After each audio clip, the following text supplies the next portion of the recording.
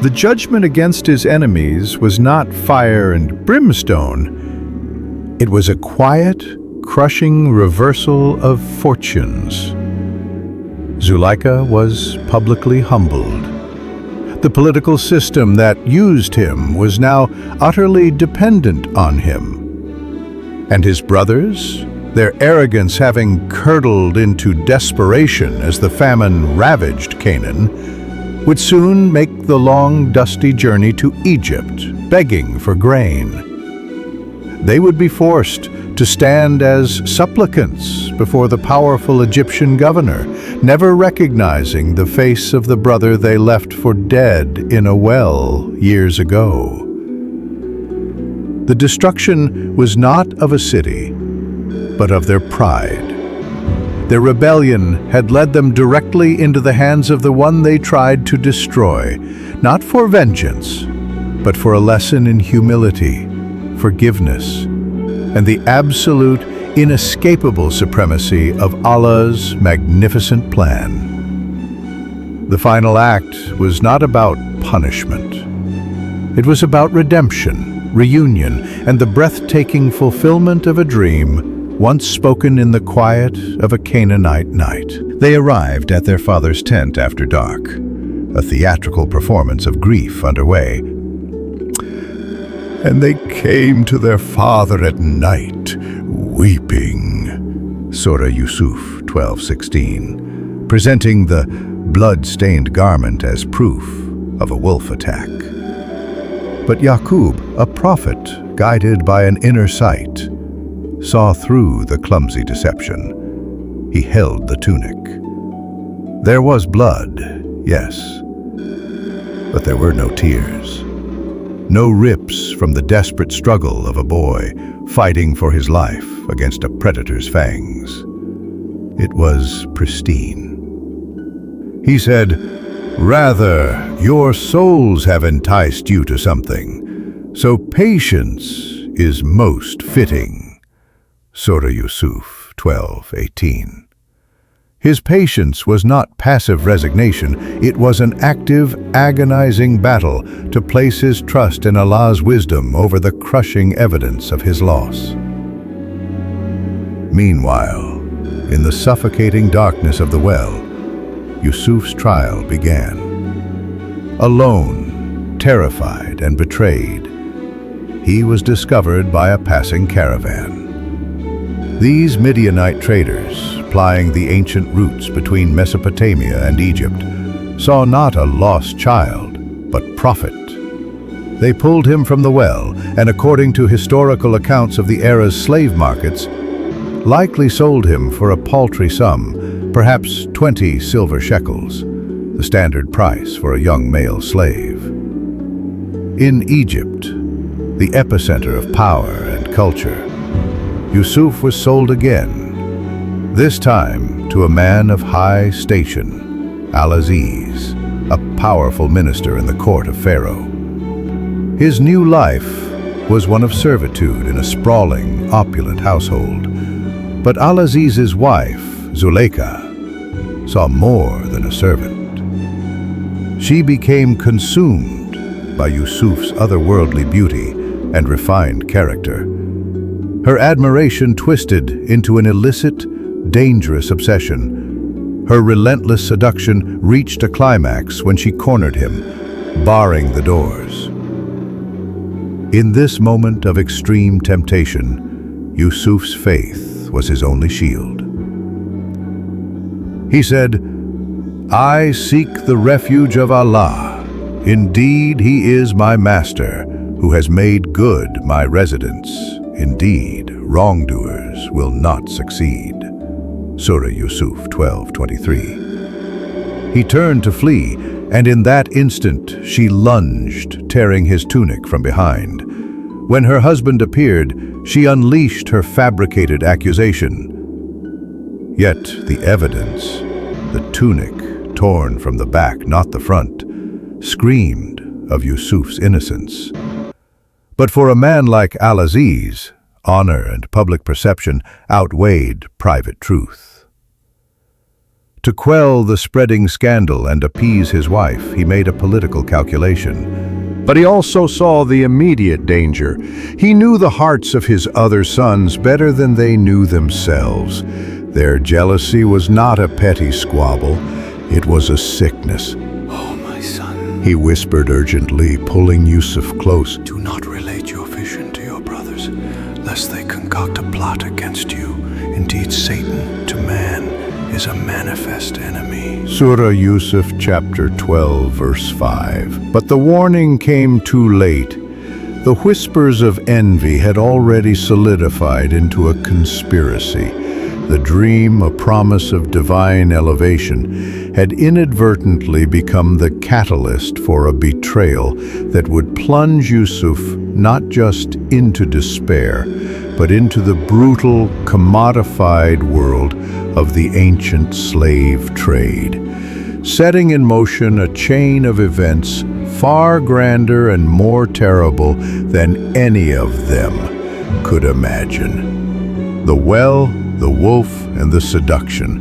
10 hardened men hatched the perfect crime to erase their brother from existence. They had a plan, but they forgot one thing. So did God. They thought they were burying a rival in a forgotten well. They were actually planting the seed of their own salvation. The journey from beloved son to a slave on the auction blocks of Egypt wasn't his tragic end. It was the beginning of a secret coronation, orchestrated by a power far greater than their hatred. The morning sun felt heavy, the air thick with unspoken malice. The brothers, their conspiracy now a hardened resolve, approached Yaqub with masks of false sincerity. "Send Yusuf with us tomorrow to enjoy himself and play," they urged, their voices laced with deceit. Yaqub's heart constricted with a father's protective dread. "Indeed, it saddens me that you should take him," he confessed, "and I fear that a wolf would devour him while you are heedless of him." Surah Yusuf, chapter 12, verse 13. It was a plausible fear. Wolves were a constant menace to shepherds, but their chillingly unified response, a boast of their collective strength, overrode his caution. He relented, a decision that would cost him decades of grief. Far from their father's gaze, in the desolate wilderness, the facade crumbled.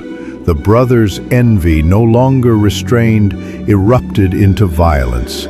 They seized Yusuf, their hands rough and merciless.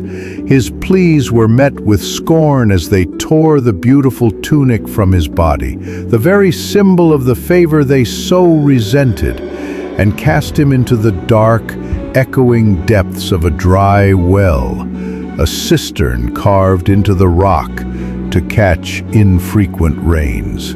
This was not just a crime of passion, it was a calculated act of erasure. As they walked away from the price of a dream. It started with a gift from God, a vision of absolute glory, a promise of a destiny so great that the sun, moon, and stars would bow in reverence.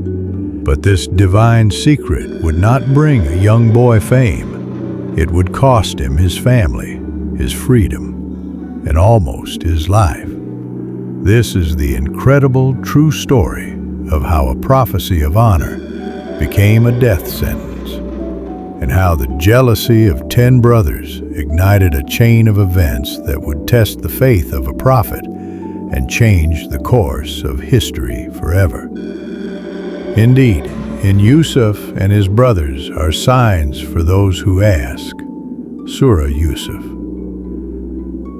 Centuries before the final prophecy, in an age long past, nestled within the fertile but fractious lands of Canaan, there lived a family chosen for a profound legacy. This was the household of Prophet Yaqub, alayhi salam, a man whose faith was as steadfast as the ancient stones of the land he roamed. His lineage, tracing back to the noble prophets Ishaq and Ibrahim, peace be upon them, was a beacon of monotheism in a world drifting towards shadow. Yaqub alayhi salam was blessed with 12 sons, the progenitors of the 12 tribes.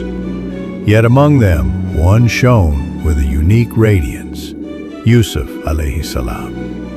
From his tender years, Yusuf possessed a captivating beauty, not merely of form, but of spirit. His younger brother, Binyamin, born of the same beloved mother, shared a special place in their father's heart. This profound bond, however, became a source of friction. The 10 elder brothers, seasoned men who managed the family's vast flocks and resources, saw this affection not as a natural bond, but as a slight. They were a powerful group, Yusba, strong and capable, yet their strength bred arrogance. In their eyes, their father's love was a resource unfairly distributed, a clear error in judgment. This perception, a cancer of envy, began to metastasize within their hearts. The family's life was dictated by the harsh rhythms of pastoral existence. Tending to flocks of fat-tailed sheep and hardy goats meant constant movement, a life under the vast, unforgiving sky. It was a world of coarse wool, goat hair tents, and the ever-present threat of wolves or rival tribes. This raw, physical existence stood in stark contrast to the spiritual purity Yaqub sought to instill in them. One serene night, as the Milky Way blazed like a river of diamonds across the desert sky, young Yusuf experienced a profound dream. He awoke, his heart pounding, and rushed to his father. "Oh, my father." But when the most powerful empire on Earth faced total annihilation from a mysterious famine, the only person who held the key to its survival was the one it had thrown away. The world was about to witness the most stunning promotion in human history, as the forgotten prisoner was called upon to save the very nation that had enslaved him. The prison was a pit of despair, a place where men were forgotten. But for Yusuf, it became a sanctuary and a new stage for his divine gift. He wasn't idle. He was a source of comfort and wisdom, his prophetic light undimmed by the darkness. He encountered two of Pharaoh's royal servants, the chief cupbearer and the baker, who were tormented by their own dreams. Before interpreting their visions, Yusuf seized the opportunity not for personal gain, but for divine calling. "O my two companions of the prison, are separate lords better, or Allah, the one, the irresistible?" Surah Yusuf 12:39. Only after reminding them of the ultimate truth did he deliver their fates, freedom for one, death for the other. His interpretation proved flawlessly accurate. Yet the cupbearer, upon his release, was enveloped by the splendors of the court, and, as the Quran states, Satan made him forget the remembrance of his Lord. Yusuf was left to languish for several more years. This was not a divine oversight, but a crucial lesson in relying on Allah alone, and a strategic delay until the moment of maximum impact. That moment arrived when Pharaoh himself was haunted by a vision: 7 fat cows devoured by 7 lean ones, and 7 green spikes of grain consumed by 7 that were dry and withered. Egypt's most esteemed magicians and soothsayers were baffled. Panic began to ripple through the palace. It was then, in a jolt of memory, that the cupbearer remembered the Hebrew man in the dungeon. Yusuf was summoned, not as a desperate prisoner, but as a man of quiet authority. He stood before the most powerful ruler in the known world, and, with divine insight, laid bare the future. It was a prophecy of immense consequence. 7 years of unprecedented abundance, to be followed by 7 years of catastrophic famine that would grip the entire region. But he didn't stop there. He presented a detailed economic plan for survival, a nationwide system of harvesting, rationing, and storage. The king, awestruck, saw not a former slave, but a savior. He declared, "Bring him to me. I will appoint him exclusively for myself." Surah Yusuf 12:54. But before accepting, Yusuf demanded his name be cleared. The subsequent investigation forced Zuleika